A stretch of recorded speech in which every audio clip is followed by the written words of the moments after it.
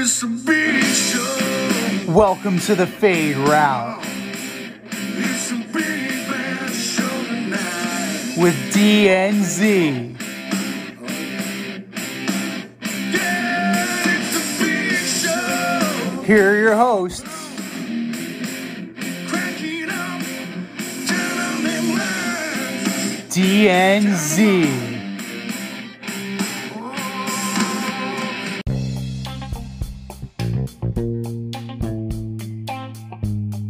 Welcome everybody to this week's episode of the Fade Route with DNZ. I am Z, and we got a great show for you live from Casa Squirrel once again. Chet Holmgren hurts his foot. Fernando Tatis Jr. says he's sorry.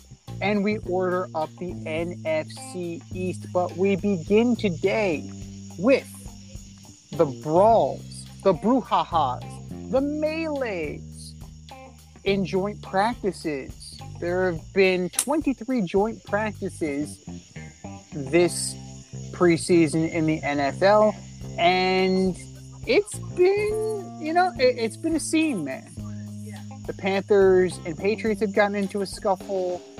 The Carl Lawson got into a scuffle with his own teammate on the Jets, so that's well done. The Cowboys and the Broncos.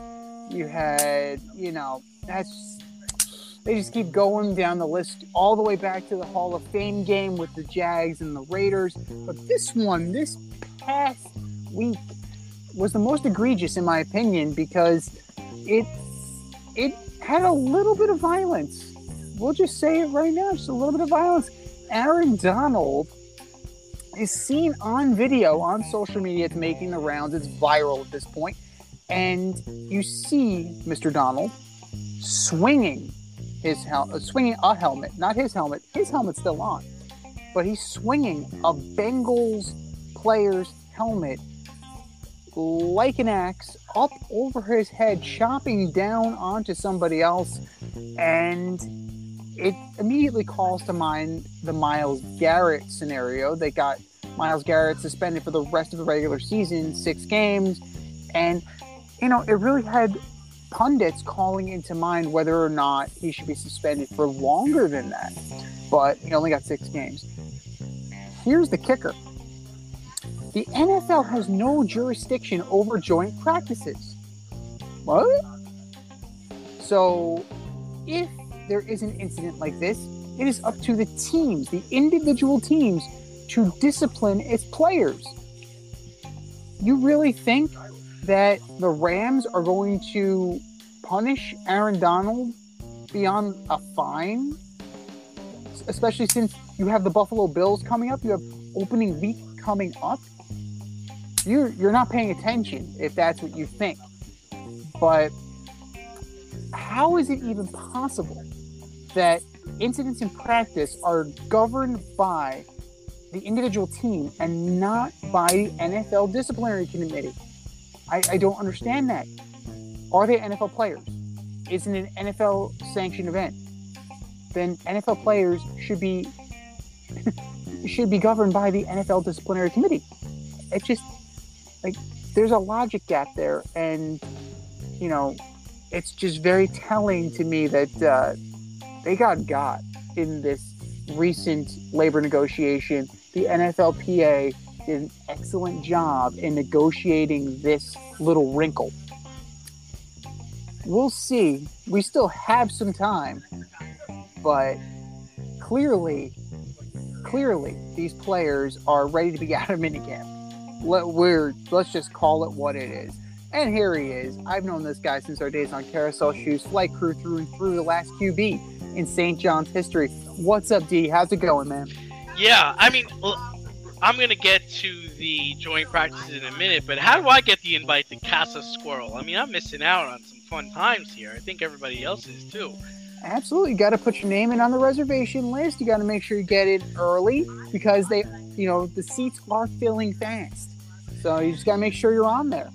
So, these joint practices just seem reckless. When you think about it, you're going to let a player like Mike Evans compete in a joint practice, but you're not going to let him compete compete and run routes in a game that's sanctioned by the NFL. Right. That just doesn't make any sense. I mean, joint practices are stupid, they're dangerous, and the NFL front offices really need to step in here and stop them from happening. Let's not forget that the two teams that had a fight were the two teams that were in the Super Bowl. This is the first time they've seen each other since the Super Bowl. Dreams were shattered. There's aggression that's still left over from their playing on the field. Like, come on, like that's just it's just ridiculous. I don't think anybody gets anything out of it. And almost every single one, there's a fight. No, absolutely, because like Jeff Saturday was on ESPN today on NFL Live, and he made an excellent point that in the past, yes, you were concerned about, having your padded practices, not showing anything, not giving anything to the other team. But now these joint practices are where you're making your bones, especially as an undrafted player, as a bubble player. You want to show your value to the coaching staff in a capacity that you can't necessarily show during padded practice at training camp and during walkthrough. So I understand where Jeff Saturday is coming from, but I don't necessarily agree with that sentiment. There's just no difference between you running. There's no difference between you running drills with a guy on your own team and a guy wearing a different color jersey. I'm sorry, there isn't. And to have a team travel to your destination, do the whole hotel thing, get off the bus, get dressed, and come out there, you're just asking for trouble. You're just asking for it. And this fight that happened got out of control. I mean, someone could have really got hurt. And at least, when you have an NFL game, like you said, there are penalties for that. Aaron Donald would have got kicked out of the game. He would have got fined, and he got suspended. The actions that he took yesterday, nothing is going to happen to him. So what's going to stop him from doing it again or doing it worse next time? He ripped off 2 helmets yesterday. Yeah. Like, he's an incredible Hulk. He's a freak nature. He is incredibly strong. And unleashing him against a team that you just beat in the Super Bowl, you're not getting any money out of these practices. It's not like people are paying to get in. There's nothing gained here. And I don't know if your advertisements go up that day. Maybe you have your best sponsors come that day. But you're just asking for someone to get hurt. Absolutely. And apparently this behavior is egged on by the coaching staff because new right tackle for the Bengals, Lyle Collins, was out on the field, got into it with Leonard Floyd, and then they let him go again. And then it happened again.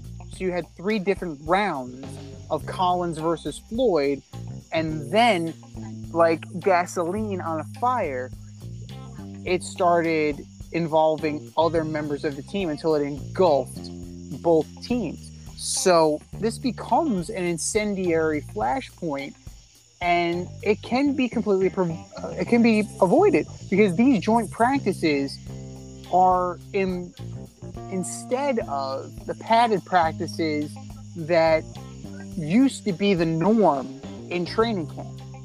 Now, because of the collectively bargained agreement, you have fewer padded practices, a lot more walkthroughs. So in order to get these reps in, you're scheduling these joint practices, but it seems to be way more trouble than it's worth. Now, granted, Robert Saleh has said that there's a lot of benefit to it because that guy. I understand his point of view. He's saying that you see a lot of things, like once you're presented with another team, you can see where you still have opportunities for growth. You don't necessarily see that when you're going up against your own guys. But is the trouble really worth it at that point?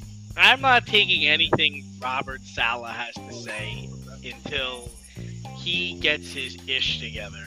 So he can say whatever he wants. I don't buy into it.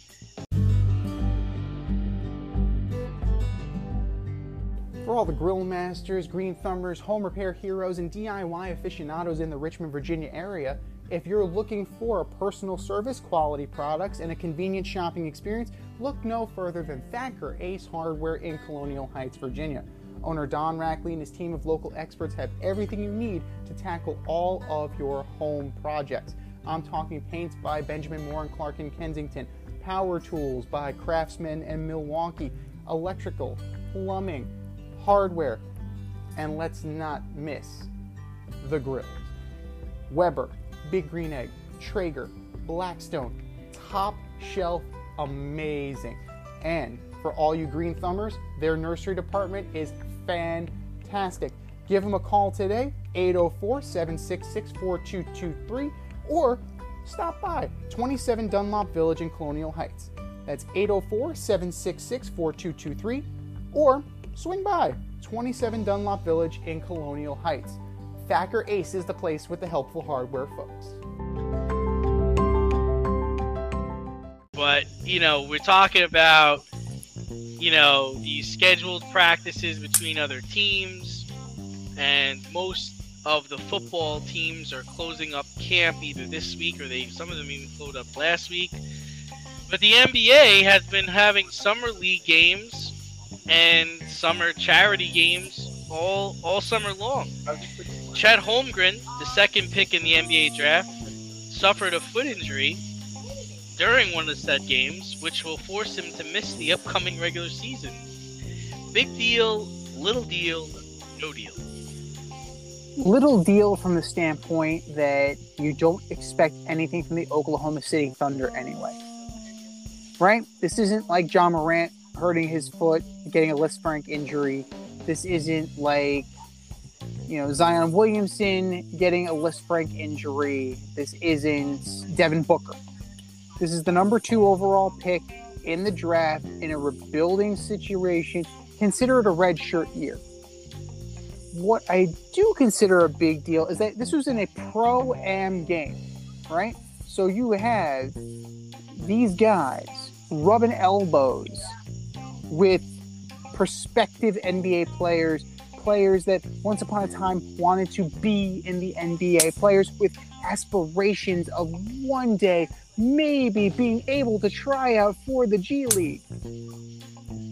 But I have a major problem with that, and I'm surprised that they are allowed, right?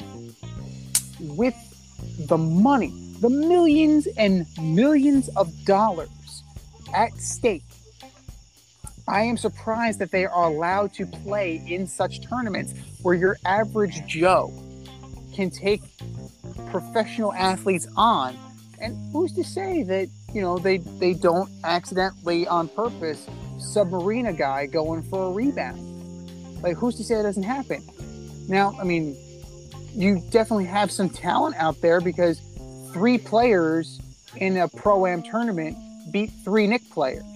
So take what you will for that. So a team of amateurs beat 3 Knicks. Say what you will for that. But specifically, the Chet Holmgren situation, it's an indictment of where he is physically.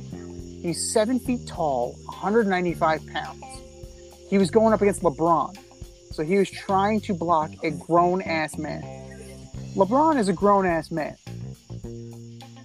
And Chet landed wrong on his foot, and that's how we got the Lisfranc injury. It's, it's very telling. It is a sign that, we are correct in our assumption and our assertion that at 7'1", he needs to have at least 30 more pounds on his frame for him to be competitive at the next level. But I am more at odds with the concept than the individual notion of Chet Holmgren. Well, I disagree with you. In one sense, is that I do think it is a big deal. It was a big deal that Zion got hurt. It was a big deal that Zion missed most of last season. At least Zion did get to play his first year. We were able to get a taste of what he is. It looks like we're not going to be able to get a taste of what Chet Holmgren is until next season. The one benefit to this is that he's got to stay off his foot, so maybe he'll sit on the couch and eat a lot and gain some weight. What I would say, I think it's a big deal. We said this guy was thin. We said he was fragile. that's showing itself right away, right? He tried to stop LeBron James from going to the basket, and he hurt his foot. Yeah, I do worry about Chet. I mean, and I think the Oklahoma City Thunder have really put a lot into him. I mean, they're thinking that he's the next big thing. They're going to surround him with stars. We're off to a bad start. I mean, I think he gets hurt. I think, it's really shooting their season down. I'm not saying they were going to win the NBA championship, but you got to at least think that they were going to be contenders for a playoff spot. I mean, they could have been in the tournament. Sure, absolutely, they could be in the tournament, but there are no great aspirations here. Like, I mean, Shai Gilgeous-Alexander, you had some, you have some players, but you don't have a roster that will compete at a high level with the next level teams. You'll be able, where they and the Timberwolves differentiate themselves now is that the Wolves made the necessary move to go out of that play-in tournament. I think Oklahoma City is still very much in that play-in tournament on the tail end, like 9 and 10. I can agree with that. They haven't made their move yet. They're setting themselves up, but they haven't actually made the move yet. But this is also a good thing. Like I really want to think of this positively for Chet Holmgren. It gives him a year. You get acclimated. You put some weight on. You learn the physical nature of the NBA because you played at Gonzaga. Like, you're not playing the best of competition. This is a trial by fire. And Chet Holmgren will have no choice but to get better. Because the other option is that he gets out. So, at least 30 pounds. If he wants to be a player that's going to excel away from the basket, a la Kevin Durant, I can understand that too. But either way, you still need to deal with the pounding that's going to come from playing against actual grown adults. Right, like Zion. I mean, Zion's a big dude. I mean, you're going to have to hold that guy down.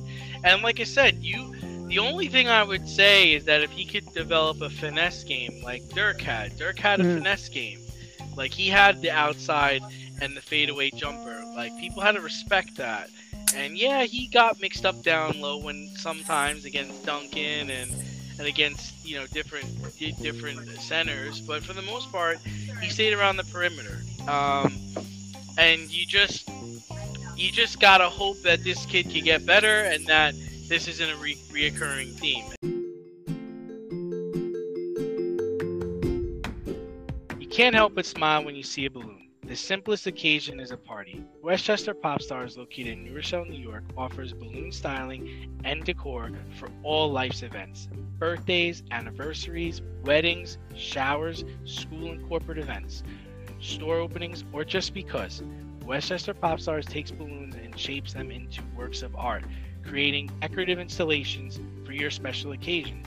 No event is too big or too small, and their custom personalization service is top-notch. Westchester Pop Stars is a private studio, quickly expanding. In-person consultation is by appointment only. Send an email to westchesterpopstars@gmail.com for more information or to schedule an appointment. No need to hire an event stylist. All you need is balloons. Currently servicing Westchester, Putnam, New York City, and Connecticut. To find Westchester Pop Stars, search for them on Instagram, Facebook, or Google. And sticking with injuries, the Cowboys left tackle Tyron Smith tore his hamstring in practice yesterday right off the bone. Ooh. Creating a huge hole on the left side of the offensive line. Now, there are questions surrounding Zeke. There are questions surrounding CeeDee Lamb. And new issues now with the offensive line. Is Dallas in trouble? It sounds like everybody else is starting to come around to where I've been for a little bit. Dallas is in trouble. Dallas, offensively, Dallas is in deep shit. Zeke is not what he used to be. Tony Pollard is clearly pushing him. You have CeeDee Lamb. Gallup is not on the PUP list right now, but he's not ready. Dalton Schultz is your tight end, but he's essentially your number 2 receiver. And your line, it's not Travis Frederick, it's not Zach Martin, it's not Doug Free. The only guy who's still there is Zach Martin. Lyle Collins is now in Cincinnati. You're in major trouble offensively, and you're going to have to get, this is where Kellen Moore is going to have to be Das Wunderkind. This is where he's going to have to be the creative guy that they claim that he is. You're going to have to design ways to get Zeke out in space or to get Tony Pollard out in space. You're going to need to get time for them to actively rush the football, because play action pass is going to struggle. The run game is certainly going to struggle. Tyron Smith played 91% of offensive passes last year. In 2020, he played 100%. Right? In 2019, 2018, 99%. This is what you're replacing. This is what you need to replace. Now, do you have the necessary depth to withstand these injuries? I don't think so, because you have McGovern. McGovern is now going to play. He only started 6 games last year. I don't know if their offensive line is good enough. Will they rely on some cuts to kind of patch the holes? Most likely. Are they going to rely on the depth that they have? Yes, because they don't really have much of a choice right now. But the defense is going to have to carry this offense until it gets healthy. Micah Parsons, Trayvon Diggs, they're going to have to be the guys. Because right now, they're just not healthy enough for Dak to do his thing. Yeah, I mean, I'm not concerned. Mainly because of the division. It's a shit show. And I believe in Dan Quinn and the team's ability to play defense. Especially, they just added Anthony Barr. Like, they have Diggs as the corner. They've got a good defensive unit and a really good defensive coach. I think Tony Pollard will overtake Zeke this year. And that's a good thing. He's averaging 5.5 yards per carry. But he's also like more of a receiver. And I think that is what's going to be the difference. He could Shane Vereen people to death, And Elliott, I think he's going to be all right. I know everyone's on saying he's on the decline, but I mean, pretty sure the dude had 1,000 yards and 12 touchdowns last year. He's just a pounder now. He's not elusive. He's running straight, and he's gonna run you over, and he's gonna do his little gobble taunt, I always think back to when, as far as CeeDee Lamb's concerned, I always think back to when the Steelers moved on from Mike Wallace, and AB was gonna be the number 1 guy, and everyone's like, can he be the number 1 guy? Is he really capable of that? And I don't think CD is AB, which is a good thing, right? But physically, I mean, on the field, I don't know if he could be that guy. So I'm not worried about Dallas. I think Dak does well. I think the team does well. I got them winning double-digit games this year. Well, A, B, C, D, E, F, G, doesn't matter. So he did have 1,002 yards and 10 touchdowns last year. That was Zeke's game. That was Zeke's regular season. So yeah. So that's. I mean, can we be? Are you upset at that? I mean, not a lot of people get 1,000 yards and double-digit touchdown. I mean, what more? What do you want from him? You want him to have a Todd Gurley type year where he scores over 20 touchdowns, or LaDainian Tomlinson? I mean, that's just not going to happen all the time. But what if he has that Derrick Henry kind of emergence? If you remember, the Derrick Henry was on the Titans and he was kind of feeling his way. He was doing good, and then all of a sudden, boom, he exploded and went for over 2,000 yards and scored all these touchdowns. Is that in the cards for Zeke? I think it is. I think he could definitely do that. It could be an outlier. I mean, it's possible. Is it likely? No. Mostly because Dak Prescott is greater than Ryan Tannehill. And Kellen Moore wants to throw the ball. Allegedly. Allegedly. But, Allegedly. Allegedly. But they want to throw the ball. I'm No. not convinced the Titans ever do. want to throw the ball. They do. Yeah, they do. I mean, Yeah. Mike McCarthy wants to throw the ball. No, you're right. Absolutely. And this line, this is the offensive line currently. Tyler Smith, Connor McGovern, Tyler Biadzis. I'm totally butchering your name, Tyler. I'm sorry. That guy. Biadzis, whatever his name is. Zach Martin and Terrence Steele. It's a far cry from Lyle Collins, Travis Frederick. Sure, Doug but who Free. are they playing? They're not playing anybody. They're playing the Giants. They're playing the Eagles. The only team that's got a decent defensive line in that division is the Commies. Not without Chase Young, though. Chase Young's going to miss, I think, the first 4 years. Sweat. Montez Sweat needs to be reckoned with, and Riverboat Ron and your boy Jack Del Rio, they scheme very well on defense. So they come up with things that can hurt people. January 6th, Jack. January 6th, Jack. That's great.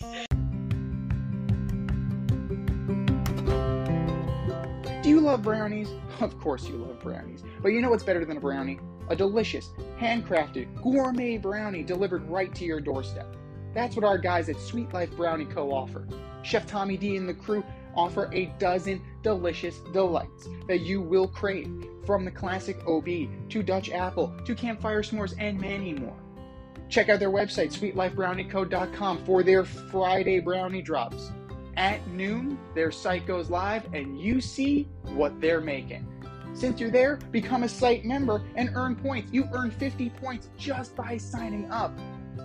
Make sure you follow them on Instagram and Facebook too, at sweetlifebrownie_co, for the latest updates and their latest releases and creations.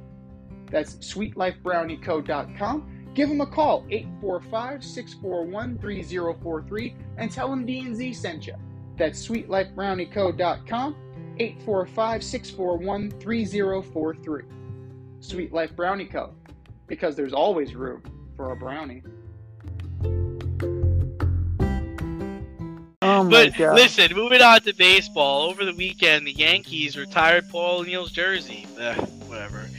At the retirement ceremony, Hal Steinbrenner and Brian Cashman were booed.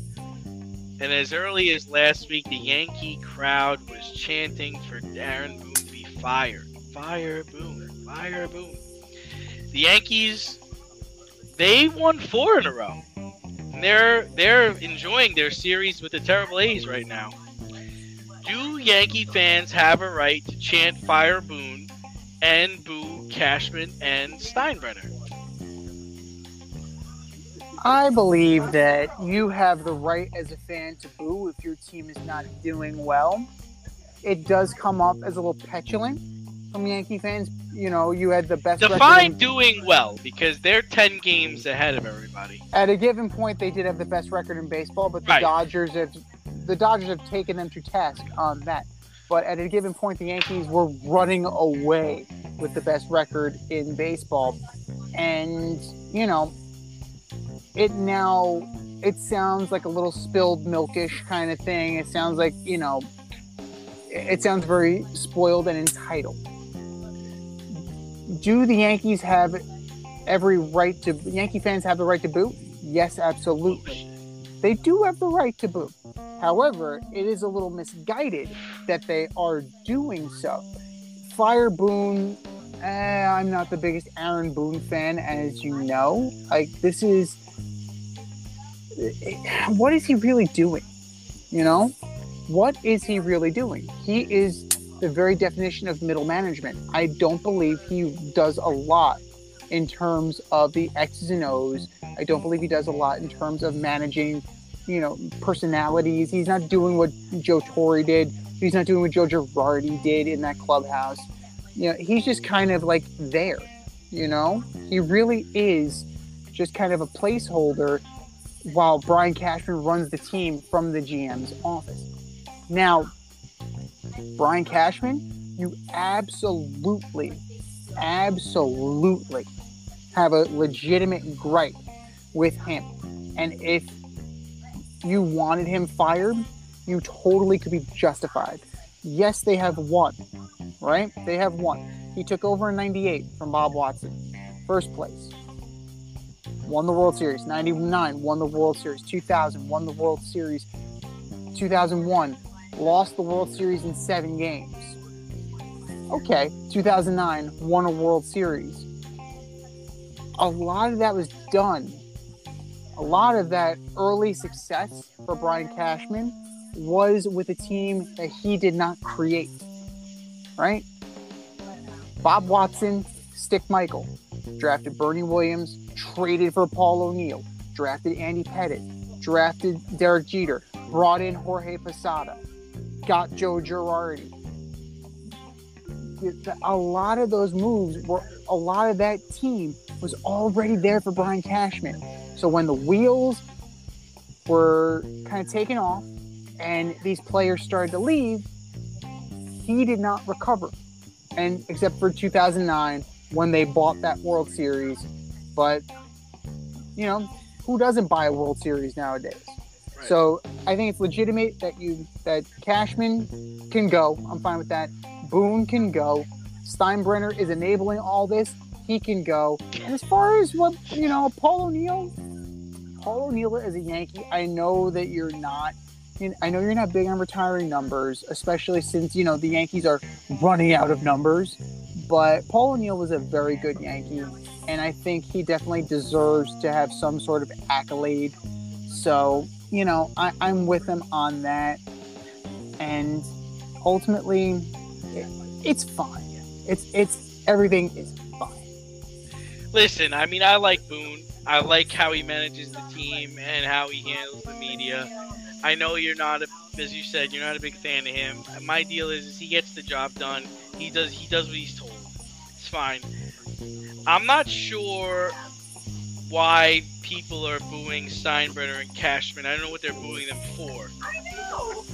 The Yankees buy championships. They've been buying championships since 1998.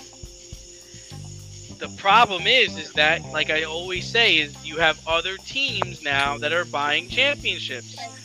You mentioned the Dodgers. The Dodgers have the highest payroll. Surprise! They have the best record. Second is the New York Mets. Second highest payroll. Guess what? They're the top of the National League East. Like, that's what Major League Baseball is. It's just that now, in the year 2022, there are other teams spending as much money or more money than you are. Right? But how could you get mad at these guys for being 10 games ahead in the East? They're in first place. They're going to make the playoffs. They had the best record for most of the season. They have arguably a top 5 player. Now, do I agree with some of the moves they've made? Some of the players they've kept? Some of the roster moves? Their batting order? No. But they're winning games. Ask the Los Angeles Angels if they would like to be the New York Yankees. Or how about the Philadelphia Phillies, who have the 4th highest payroll, and they're not making shit.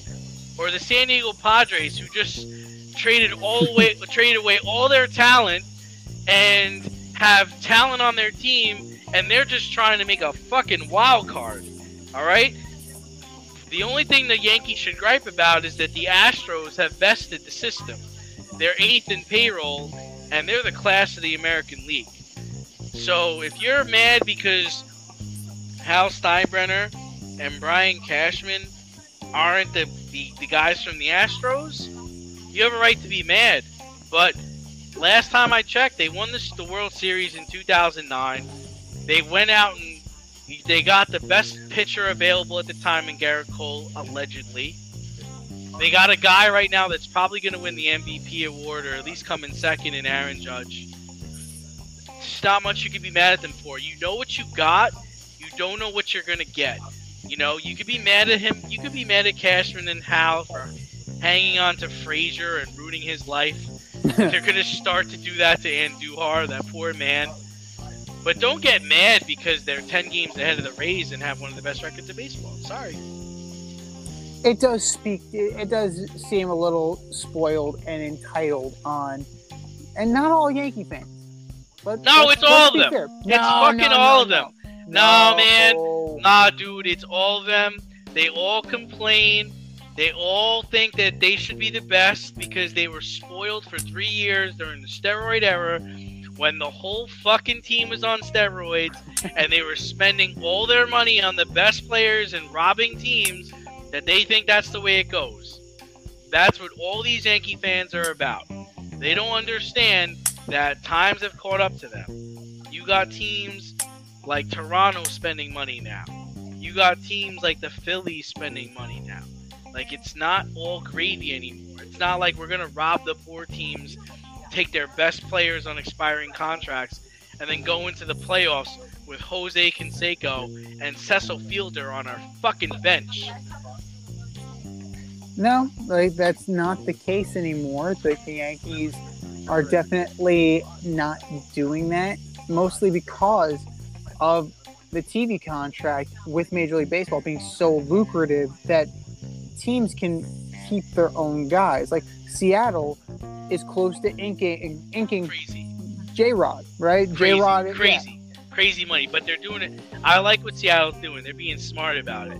It's a heavy incentive contract. See, and here's they're my getting thing. in on it early. It's smart. In my opinion, they're getting on him too early. I think one more year. No, because he could blow up, and then you're not gonna be able to afford him.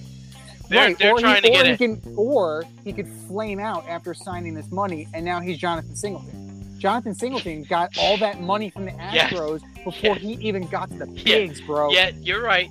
That could happen. But they're like, well, Kalinick burned us, so hopefully this guy doesn't. Exactly. So they're hoping he's not Fernando Tatis. But like, you've got to make, like, that's the thing that the Yankees don't do anymore. Like the Yankees, like I mentioned, Bernie Williams, Derek Jeter, that they had a core of young players that came up through their system, and then you supplemented with guys around them, right? You had the aging Wade Boggs. You brought in Mike Gallego for a little bit. Then you brought, you had Don Mattingly there until Don Mattingly retired. Then you traded for Tino Martinez. And you had the young core remain the same, and you filled in around that young core. Like, yes, Darryl Strawberry's on the team. Darryl Strawberry was barely in the league. Steve Howe. He was going around punching coke in people in the face. bullpen. He's going around punching people in the face. Yes. Like, that's the Yankees supplemented around their young core. The Astros supplement around their young core.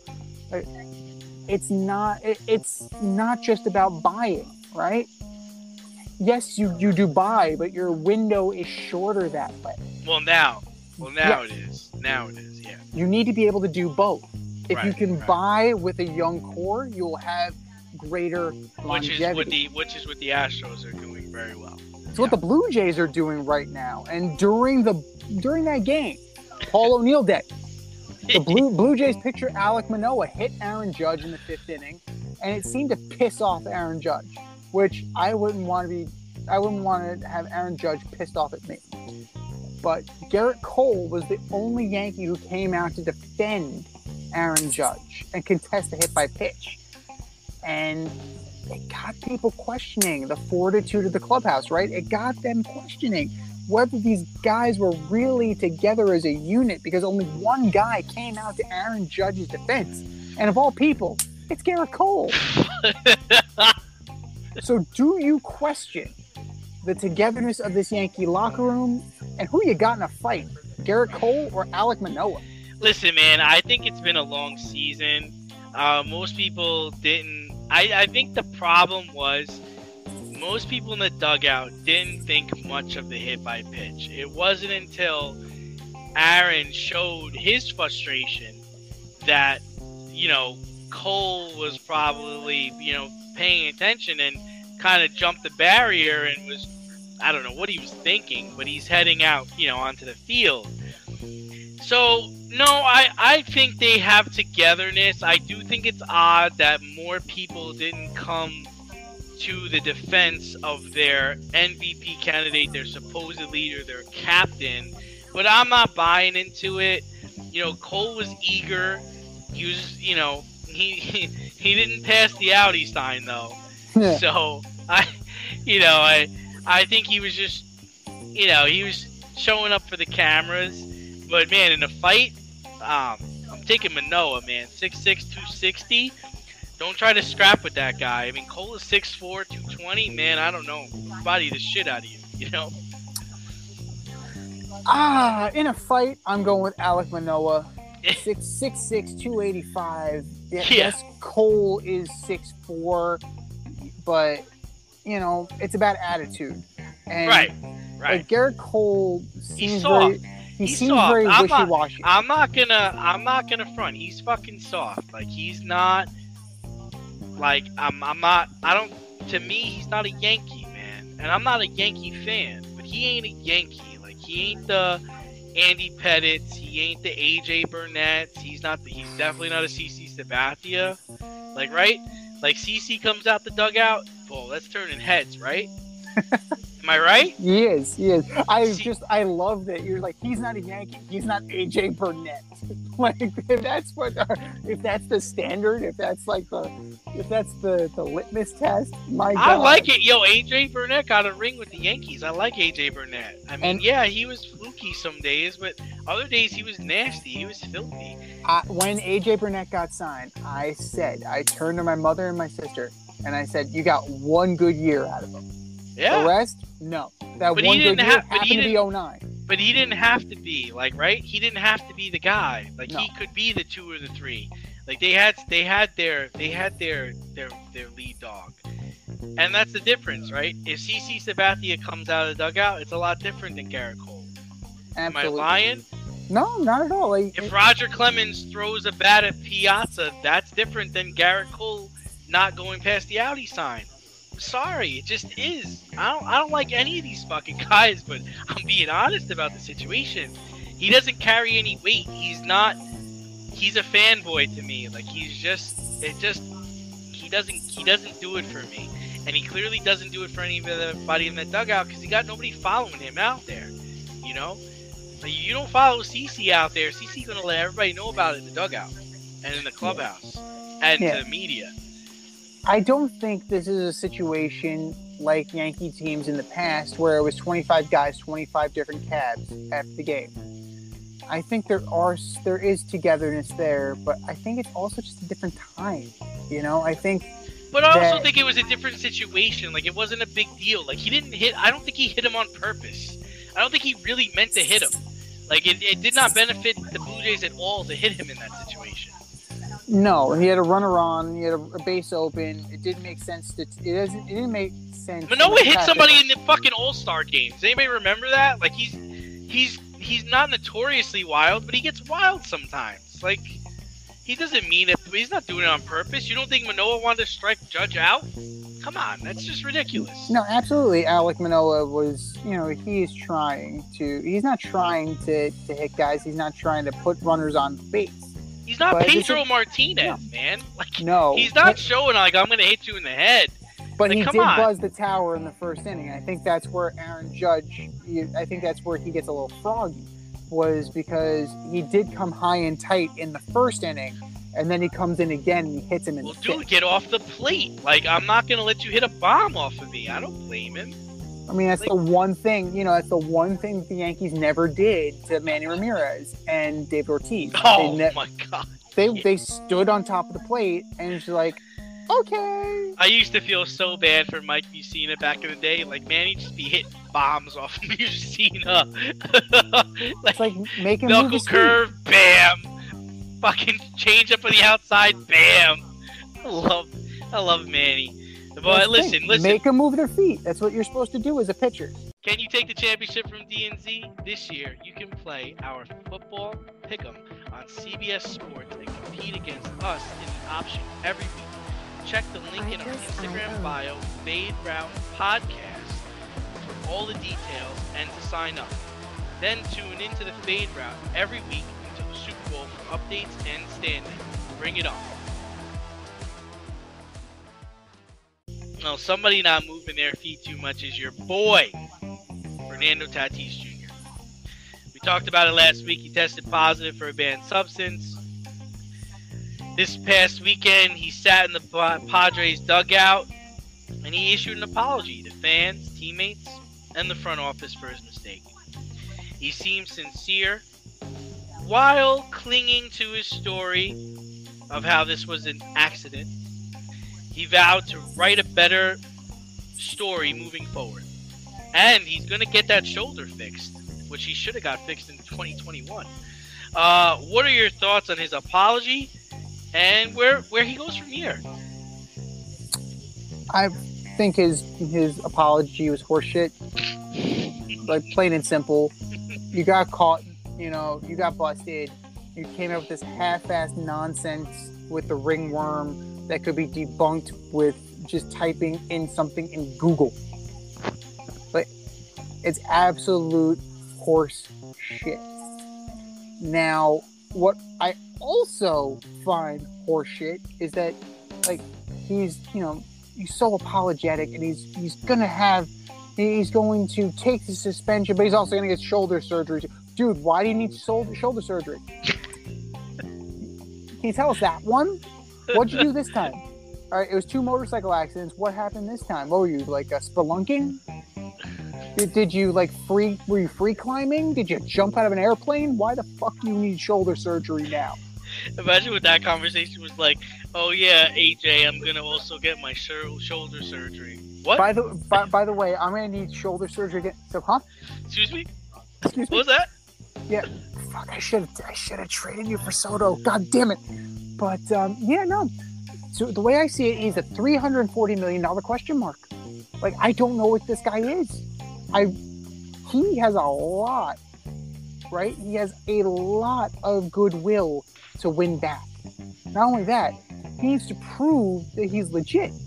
Because after 1 year, he got his money, and now, between injuries and PEDs, I don't know, A, if I can trust him, and B, if he's any good to begin with. That's why the J-Rod thing kind of freaks me out, And, like, the ESPN, the worldwide leader, Major League Baseball, they were just so thirsty for a superstar that they wanted this guy to be it.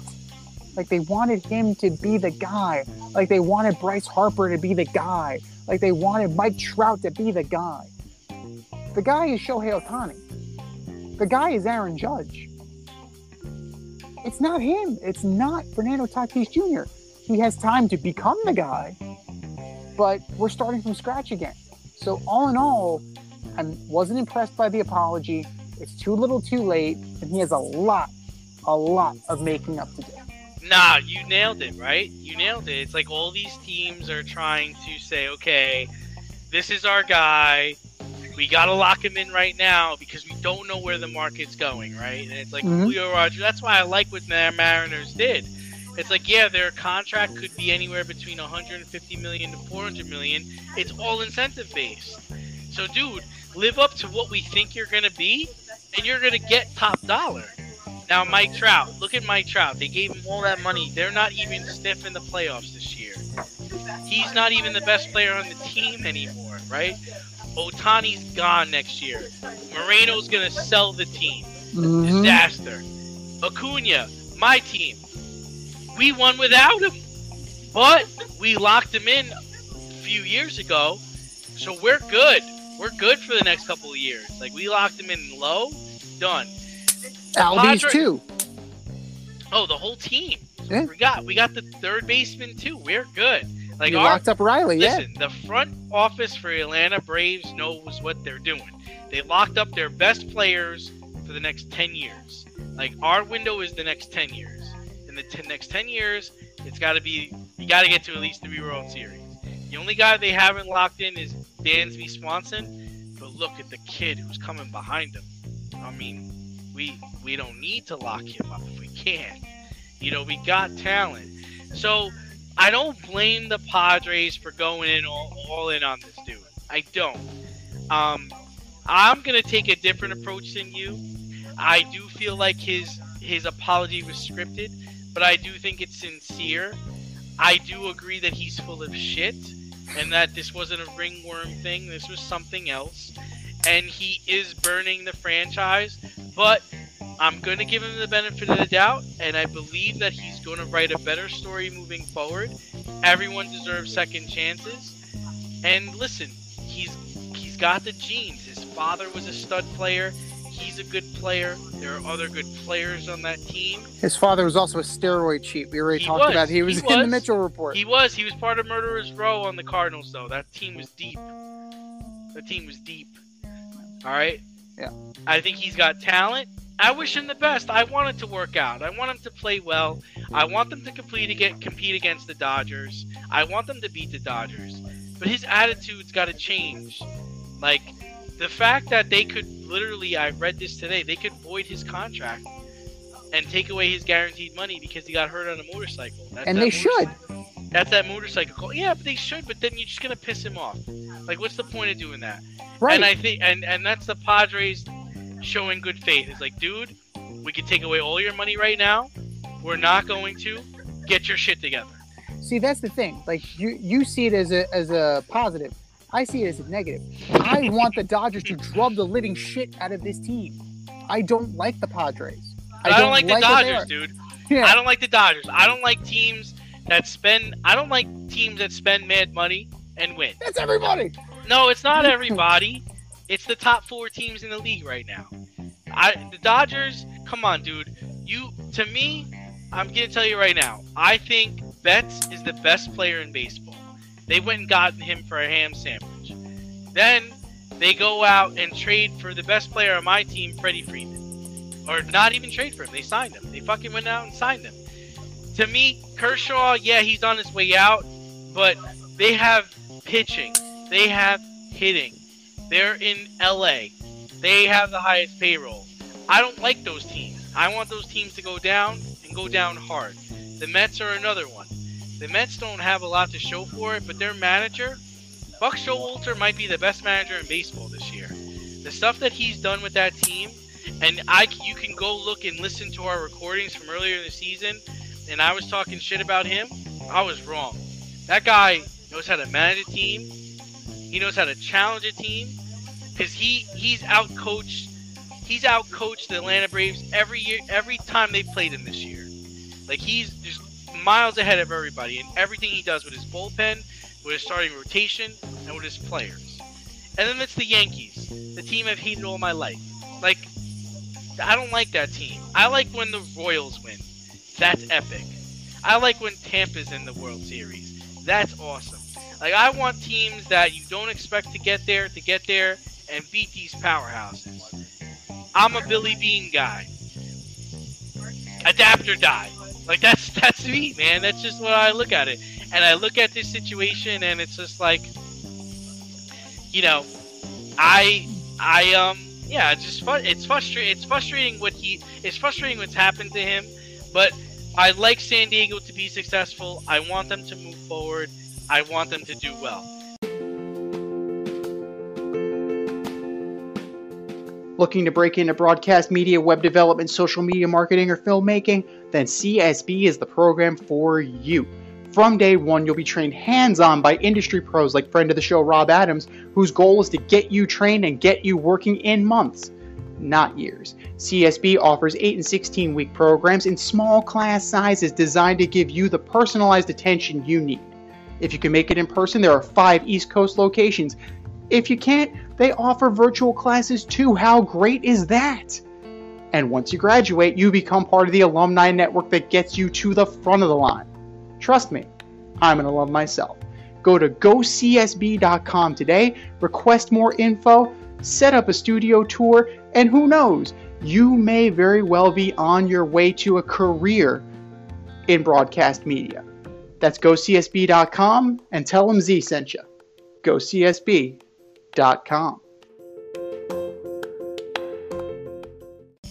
Albert Pujols is on a tear lately, man. And he's 7 home runs away from 700. Do you think he will reach the feat before the end of the season? And do you give the Cards a sporting chance in the playoffs? I mean, if we look at it right now, it's August 26th. He has over a month left.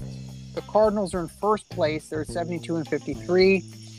Like, he doesn't have to play every day.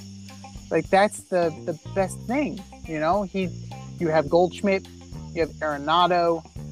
Like, People aren't talking a lot. People are No. not talking enough about Goldschmidt's season. No, Goldschmidt is definitely an MVP candidate.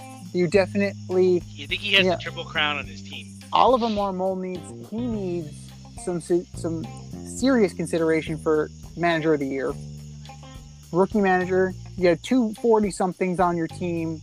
You have the rotting corpse of Yadier Molina, and still, like, they're getting the job done. If you look at it from now, right? They're playing the Braves this weekend.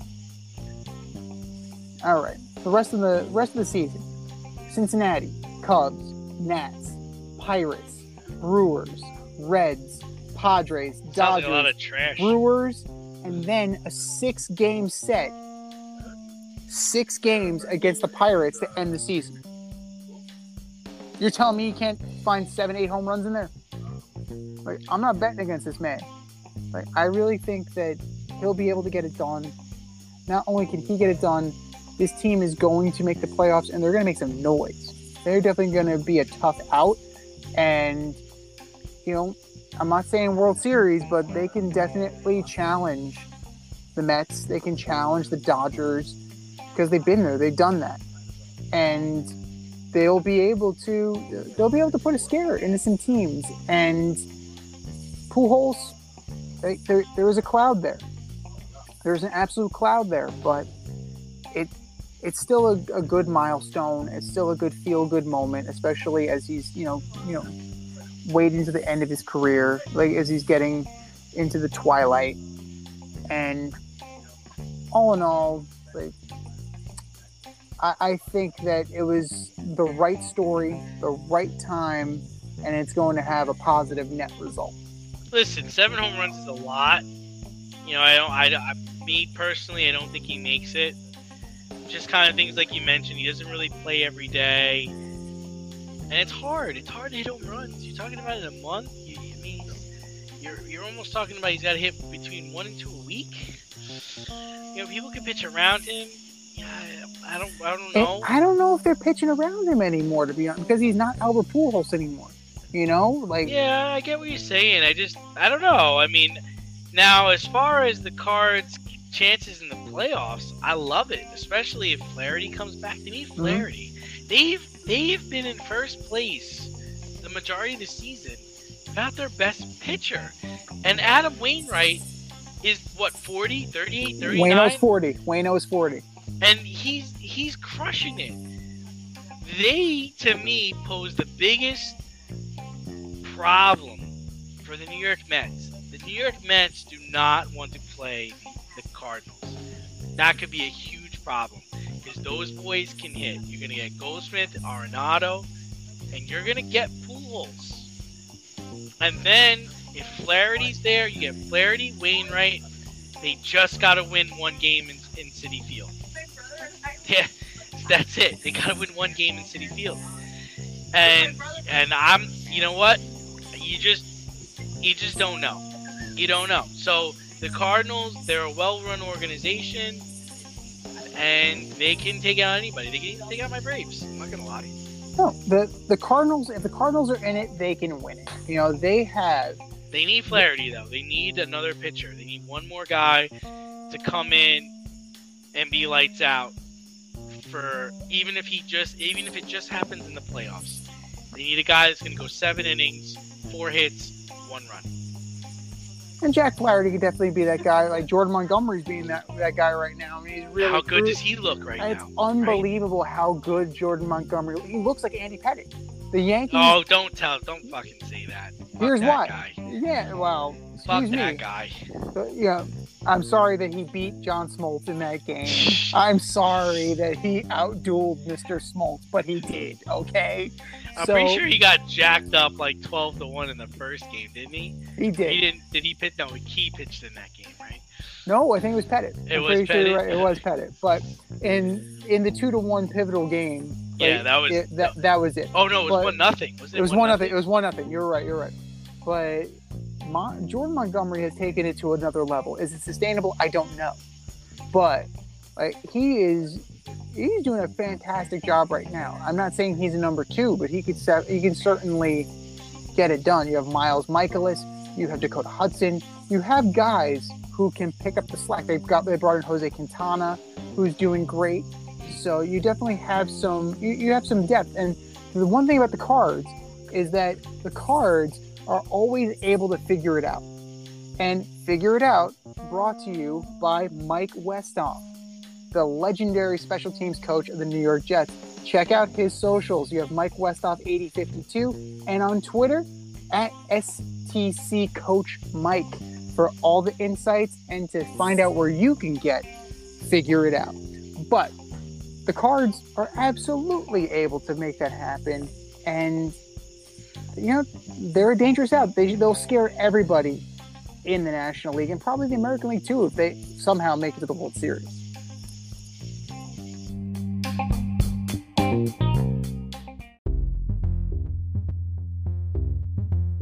Are you in need of air care maintenance or service? I have the company for you. Air Care Technicians. They service the Westchester and Northern Bronx area and can help you with all your heating and cooling, maintenance, and service needs. Just give them a call at 914-315-1547. Again, that's 914-315-1547. Or shoot them an email at aircaretechnicians@gmail.com. These guys are the real deal as they are veteran-owned, licensed, and insured. Make sure to tell them that D&Z sent you.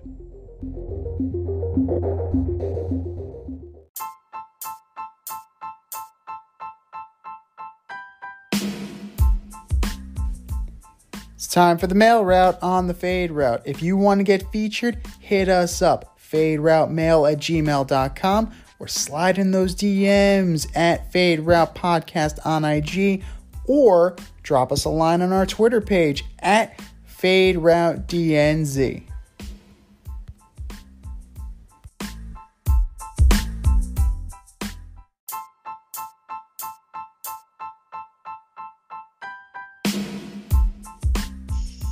All right, guys and girls, we have a short email box today, but if you want to be featured on the show, hit us up at faderoutemail@gmail.com, and your email might be featured on this here show. Email number 1 from Mike in Champaign, Illinois. Hey guys, Northwestern is playing against Nebraska in Ireland this weekend. Why? Yeah, good question, Mike. I don't have an answer. This trip was likely pushed by rich Northwestern alumni who want to play on foreign soil. I don't get it. I talked to a buddy of mine who's from Ireland. He's confused by why they're playing there. And he's like, the people in Ireland have no interest in this. Most of the people going to the game are Americans. Whatever. I think Notre Dame has played 3 games there since 1996. I'm not sure what the connection is. Why Ireland? Why not Germany? Why not South Korea? I don't know. I mean, if you're looking at this, it points to money. The answer to all your questions. What money are they trying to get, Z? What are they trying to recruit people from Ireland to go to Northwestern? What money are they looking for? You gonna watch the game? I'm not gonna watch the game. Well, I'm not gonna watch any of this crap. We're gonna go through the week They're not zero even. schedule. They're not even like a top 20 team. They're not even. You're not even getting top 25 teams. This Not has no one bearing team. on anything. And this is where week 0 falls apart because not one top 25 team is playing. And the money it boils down to that sweet TV money. They're getting Fox money. It's going to be on Fox. It's going to be on Fox. Yep, it's going to be on Fox. So they're going to get their money. But yeah, there you go. Look at this schedule. I'm going to run down real quick and see if any of this interests you for the epic week 0. Austin P at Western Kentucky, Nebraska at Northwestern, Idaho State at UNLV, UConn at Utah State, Wyoming, Illinois, Duquesne is a football team? I didn't know that. Duquesne at Florida State, Charlotte, Florida Atlantic, Florida A&M at North Carolina, North Texas at UTEP, Nevada at New Mexico State, Vanderbilt at Hawaii, absolutely nothing there intrigues me. Trash. Like, All it's trash. absolutely ridiculous. But if Notre Dame went to Ireland, like, okay, like that would like mean something. Like that would be something that would be intriguing. The Fighting Irish go home to the motherland, so to speak. But like Nebraska and Northwestern have no connection whatsoever to Ireland. Have them And play in the Field of Dreams. there That'd you be go. more interesting. There you go. It gives, it becomes a multi-purpose venue, and I think you're absolutely right on that. I just don't get it. I don't see it. And it's not the rousing start that college football would want, but it's what they got. Good question, Mike. Thanks for emailing us. Email number 2 comes from Dom in the Bronx. Hey guys, I have the number 8 pick in fantasy football this year. Who should I pick? Oh, man. That's a tough one. This year's going to be interesting. Well, Dom, I'd go wide receiver unless there's a Najee Harris or a Derrick Henry or a Dalvin Cook sitting out there. You can't go wrong with Jamar Chase. You can't go wrong with Devontae Adams. You got to think there's going to be some upside there. It's going to be a wild first round, I think. You can have a lot of different things. You can have tight ends going, running backs going, wide receivers going. You got to feel it out and ultimately go with a player that you're going to enjoy rooting for during the fantasy season. That's fair. That is very fair. Well, it depends on who you're valuing, right? Are you going to be a pass-heavy team, or are you going to value the run like you traditionally do when you're drafting for fantasy? Because number 1 and number 2, I think, now we'll see if that actually occurs, flip a coin, either Derrick Henry or Jonathan Taylor. I think one of those two would be number 1 or 2. There's going to be some jackass who takes Christian McCaffrey or Saquon Barkley very high. So I don't know. I don't know how savvy the other members of your league are.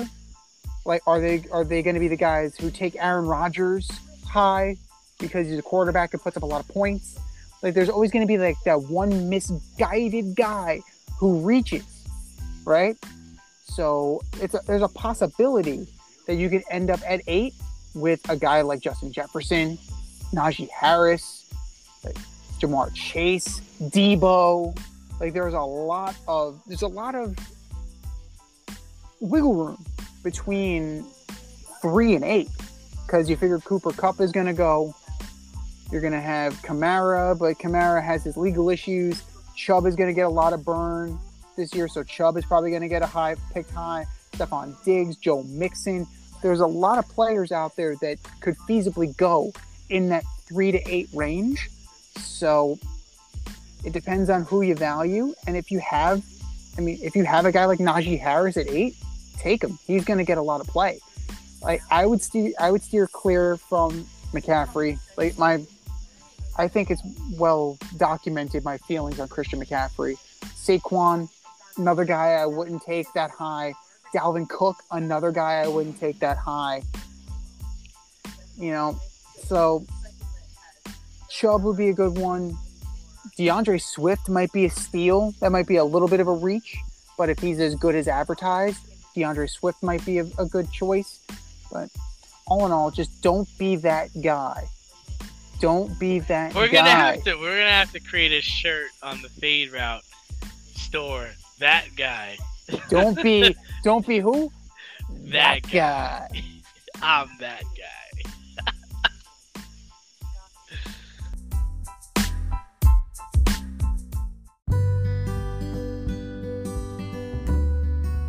Avoid messy accidents. Get better stopping power with your brake pads. Callahan brake pads. You never know when you'll be driving in the road and there will be a truck tire that you need to avoid and save your family.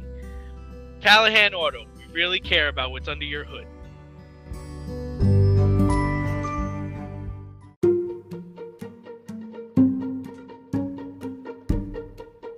The Fade Store presents the Alleged Superstar of the Week Award.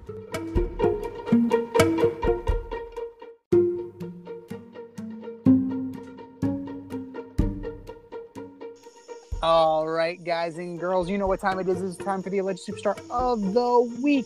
We put up a poll on our Twitter page at FadeRouteDNZ, and you vote, and you vote, and you vote, and you vote. And the winner of that poll gets the coveted ass trophy and gets his or her name shouted out on this here podcast. And do you know who took home the ass last week, D? I don't. Fernando Tatis Jr. That guy. That guy. See, don't be that guy. But that was last week. This is this week. Who you got, D? Oh, man. First up, I got Garrett Cole.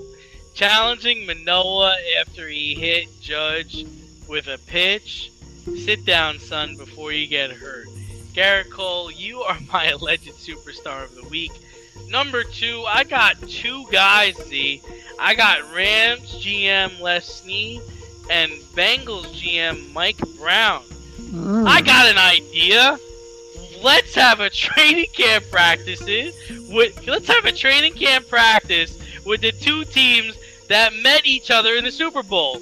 Not a preseason game, not a regular season game, but a training camp practice.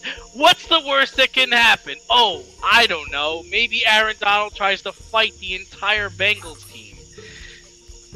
Les Snead, Mike Brown, you're my alleged superstars of the week. Number 3, the Jets front office, recurring theme here. 2nd round pick in the 2020 draft, the Mims is requested for a trade. So let's get this straight, guys. In the 2020 draft, the number 11 overall pick got hurt because you moved him to a position that he's not familiar with. And the 2nd round pick is now requesting for a trade. I don't know, guys. I think you're getting this shit wrong. Well done, Joe D. Jets front office, you're my alleged superstar of the week. Z, what do you got? All good choices. All good choices. I'm going to go with Fernando Tatis Jr. For a little back-to-back week appearance for your half-assed, lame-ass apology. And while we're at it, oh, by the way, I'm just going to go get shoulder surgery. So, I'm just going to, I'm just going to do that. That shoulder surgery you want me to get? I'm going to go get it now. I'm going to take care of it now, I'm going to do it now. Fernando, you know that the suspension doesn't start until after you're that forget. Fernando Tatis Jr., you are my alleged superstar of the week. See you in 2024. We'll see you soon. We'll see you when we see you. We'll see you when you see it. We'll see you down the road, brother. Aaron Donald for swinging helmets like Myles Garrett. Except this was in practice, not a game. Not a game. We talking about practice. Aaron Donald, you are my alleged superstar of the week. Kevin Durant / the Brooklyn Nets for deciding that we're just going to move forward after all of this bullshit of you're requesting a trade and then fielding offers and then not getting the trade that you wanted, and we're just going to move forward. So you mean to tell me that you wasted the time of the other teams, you wasted the time of the media, you wasted the time of your fans with this high school Mickey Mouse drama just to move forward like nothing ever happened? A pox on both your houses, a plague on both your houses, Durant and the Nets. You are my alleged superstar of the week. And coming in late, the Buffalo Bills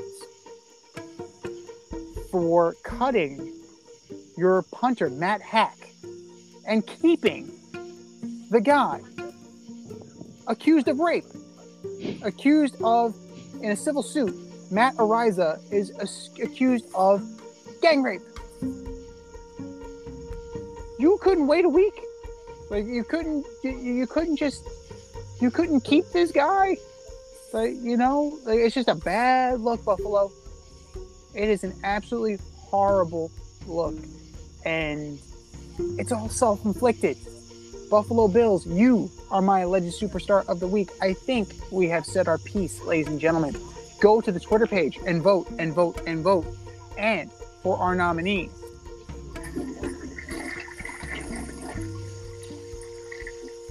Just do better, boys. Just do better.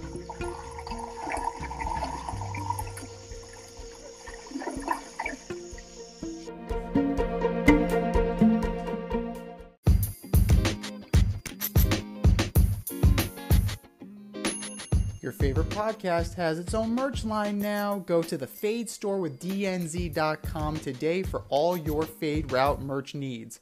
I'm talking tank tops, t-shirts, sweatshirts, like yoga pants, we got those too. Like some cool accessories, we got those too. And we're not done yet. We have so much more planned for you, but check out what we have today at the Fade store with DNZ.com. That's the Fade store with DNZ.com.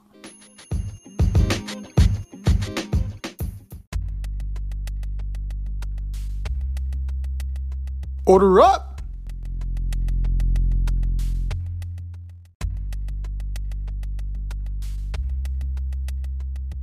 We continue on with our division by division preview as we order up. Order up, order up. This week, we order up the NFC East. Used to be the NFC Beast, now it's the NFC Least. But what's it going to be this year? From 4 to 1, who you got, D? Yeah, unfortunately for you, I've got the New York Giants. I think 4 games into the season, Daniel Jones will be toast. 6 games into the season, Saquon will be hurt. I think both players won't be back with the team next year. The only plus side I see is I think they're with Martindale as the defensive coordinator. I think the defense plays well, and I think they create building blocks for next year. Number 3, Washington. I think they finished 3rd because of their quarterback play. I really do think this is a talented team. They have a solid defense. I do believe in Jack Del Rio and Riverboat Ron. Their wide receiver room is good with Scary Terry, and their running back room is strong with Boobie Gibson. So I think Washington finishes 3. Number 2, I have the Eagles. I think the defense is going to hurt them. Surprise, not a lot of analysts say that. I think the defense hurts them. I don't think they're going to get explosive plays on offense. I think they control the ball well enough to win games. They have a stud wide receiver.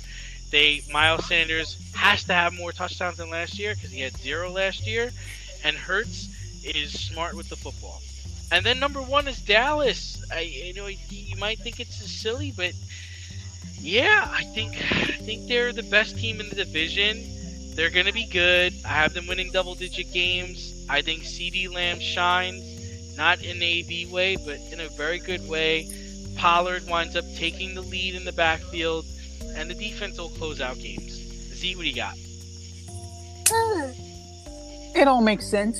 It's all very logical. But I don't believe in Carson Wentz, as you know. I just don't believe in Carson Wentz. And frankly, all of these teams in this division are thoroughly mediocre when you really look at them. And it wouldn't surprise me if... You really think the Dallas Cowboys are mediocre? Yes. Come on. Yes. They got a top 10 wide receiver. He's a top 10 wide receiver. CeeDee Lamb is a top 10 wide receiver. Like all things Dallas Cowboy, he's overrated. Like all things Dallas Cowboy, CeeDee Lamb is overrated. Dak Prescott's overrated. Trayvon Diggs is overrated. We'll see what happens when, he's not surprising people. Micah Parsons, he might be the only stud there. Now, the most mediocre of this team is Washington, because Carson Wentz will not make it through the season. I'm documented on that. 4th place, pretty easy too, because once you get past Terry McLaurin, Boobie Gibson was playing special teams. So we'll see if he's back in Riverboat Ron's doghouse at some point, because that's a bad look for a guy who's supposed to be your star or number 1 running back is running special teams. That's not good. They do have a good start. They have a good front 4.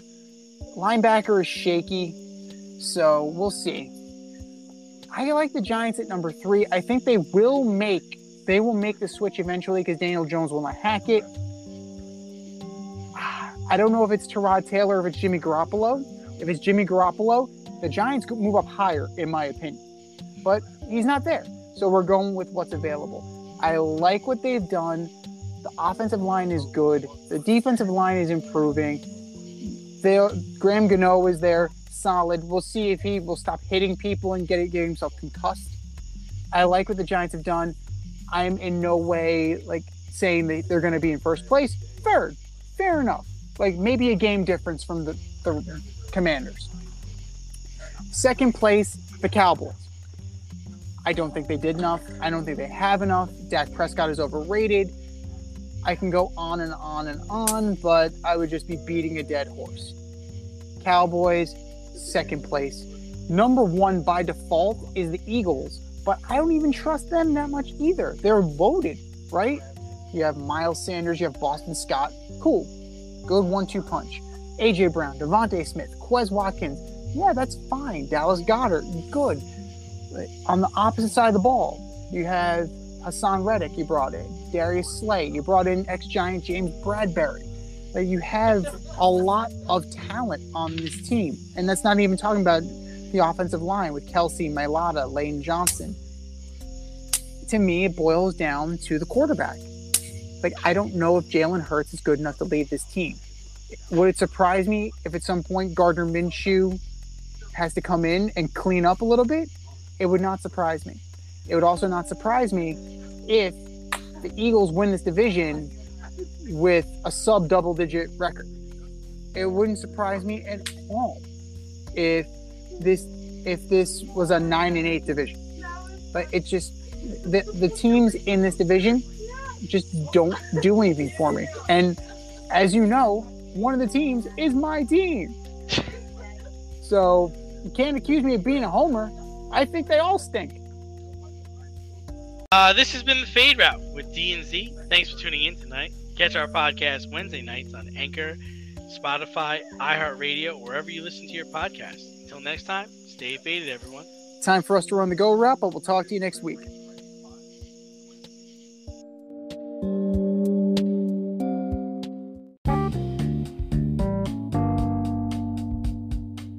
Want to get on the action? We want to hear from you. Hit us up, faderoutemail@gmail.com. Slide in our DMs on IG @FadeRoutePodcast.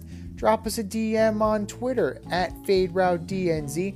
Comment on our YouTube channel, The Fade Route with DNZ. Questions, comments, picks, segment suggestions, you name it, we want to hear from you. Get at us, in crowd.